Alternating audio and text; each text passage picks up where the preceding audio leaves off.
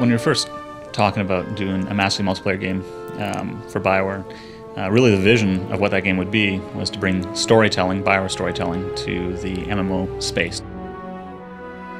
Star Wars, I know I associate it very much with the incredible legacy of storytelling.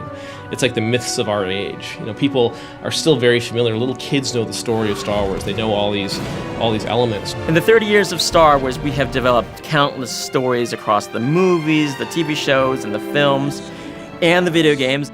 Destroy the entire planet. The entire planet, Lord Malik.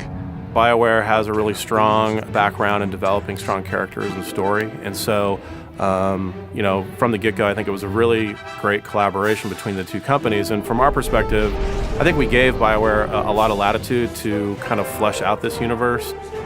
With the Old Republic, we're trying to capture those iconic moments from the movies.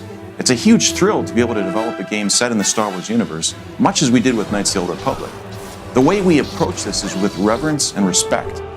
The Old Republic takes place 3,000 years before the rise of Darth Vader and the events of the modern movies, and about 300 years after the original Knights of the Old Republic. The Sith Empire has returned. There was a giant invasion.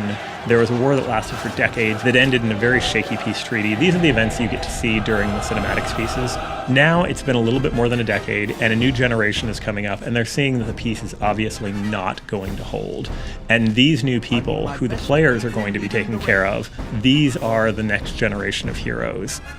It's a time period where there are thousands of Jedi and thousands of Sith, and they're fighting in a huge galactic war.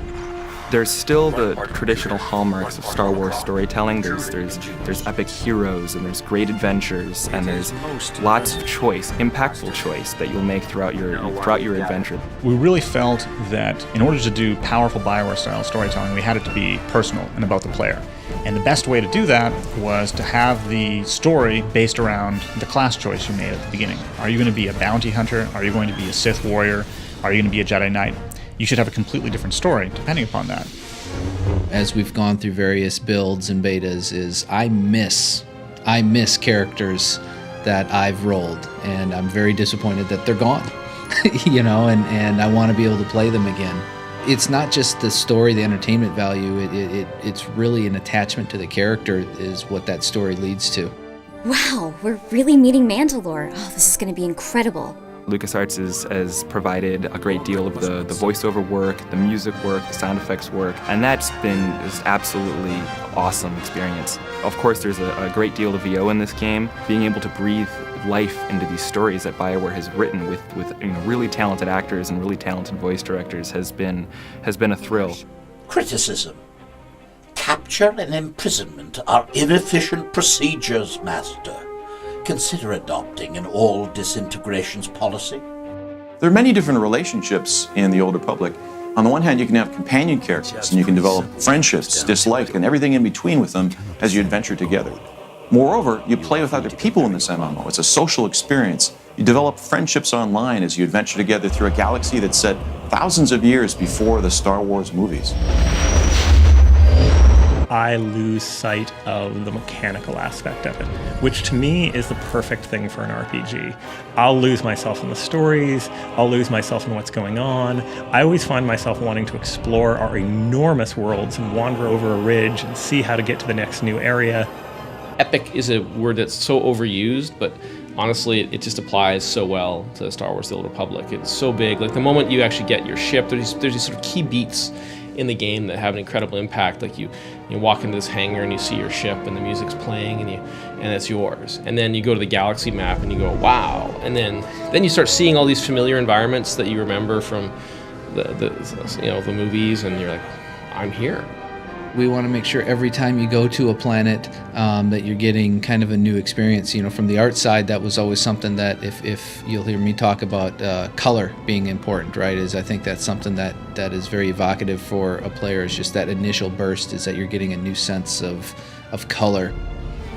The audio guys come in with sound, right? So those things that speak to you at a more emotional level, a deeper level, are things that we try to hit very first off. We started out with Korriban was our first world that we developed, and we worked hard to develop the look and feel of the game and how we wanted the art style not to look old after a while. So we kind of came up with this kind of stylized realism. Each piece of these worlds has been handcrafted. Every corner you go around has something new and interesting and something different. Star Wars: The Old Republic has come together amazingly well. I've been surprised multiple times over the course of the project. One of the biggest things was just how cinematic the game has become. I've played all the different classes. There really aren't any bad choices. I think people will probably gravitate towards some of their favorites, but I think they would be doing themselves a disservice if they didn't really branch out and create some other different character types and really get a sense of what this universe has to offer. I hope when the game comes out and it starts to grow, we bring in people who haven't traditionally been fans of the MMOs, as well as the hardcore MMO fans. The people come in who love Star Wars, who love role-playing games, who just love the idea of being out there and having this great big adventure, and they say, hey, I can get into this. I understand this. I always wanted to have my own Star Wars trilogy, and now I do. I think the gamers will be excited about this being personal stories. Because of the way the game works, you can make choices. You can go light side or dark side.